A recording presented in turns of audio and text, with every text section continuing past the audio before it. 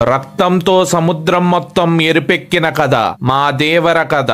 మావా నేను అసలు ఎక్స్పెక్టే చేయలేదు. ఎన్టీఆర్ అన్నకి ఏమైనా డైలాగ్స్ రాశారా? కొరటాల శివ గారికి దండం పెట్టేయచ్చు. రాసి పెట్టుకోండి మావా, సెప్టెంబర్ 27న దేవరతో మనకి భారీ విజువల్ ట్రీట్ దొరికినట్లే. ఏమైనా లుక్సా, ఏమైనా బీజిఎమ్మా? ట్రైలర్ చూసినట్టు లేదు, డైరెక్ట్ మూవీ చూసినట్లుంది. నాకు తెలిసి ఈ మూవీతో ఎన్టీఆర్ అన్న భారీ హిట్ కొట్టడం పక్క.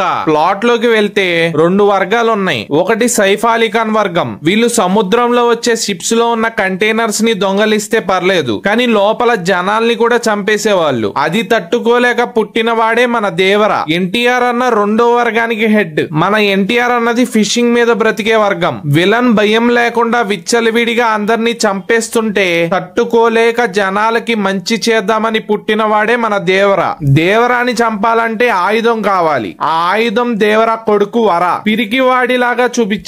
లిటరలీ లుక్స్ మాత్రం అరాచకమనే చెప్పాలి. వర అత్త వాళ్ళ కూతురు జాహ్నవి వన్ సైడ్ లవ్ అనుకుంటా. ఎన్టీఆర్ అన్న కోసం గట్టిగా ట్రై చేస్తుంది. దేవర ఏదో పెద్ద మిషన్ మీద ఎంత మంది చెప్పినా వినకుండా వెళ్తాడు. ఇంకేముంది, నాకు తెలిసి వరానే తండ్రిని చంపేయాలి. తప్పు తెలుసుకున్న వర మళ్ళీ సైఫ్ అలీ ఖాన్ తో పోటీ పడతాడు. ఇక్కడతో పార్ట్ 1 ఎండ్ చేసి పార్ట్ 2 స్టార్ట్ చేస్తారు. నాకు తెలిసి దేవర మళ్ళీ తిరిగి వచ్చాడు అన్నది క్లైమాక్స్ లో చూపిస్తాడు. ఇంకా ఆ 2 షిప్స్ లో ఫైట్స్ గానీ, షార్క్ మీద ఎక్కి తాడు లాగడం గానీ వేరే లెవెల్ అనే చెప్పాలి. ఎన్టీఆర్ అన్న ఫ్యాన్స్ థియేటర్ లో పూనకాలతో ఊగిపోవడం పక్కా. ట్రైలర్ మీకు ఎలా అనిపించిందో కామెంట్ చేయండి.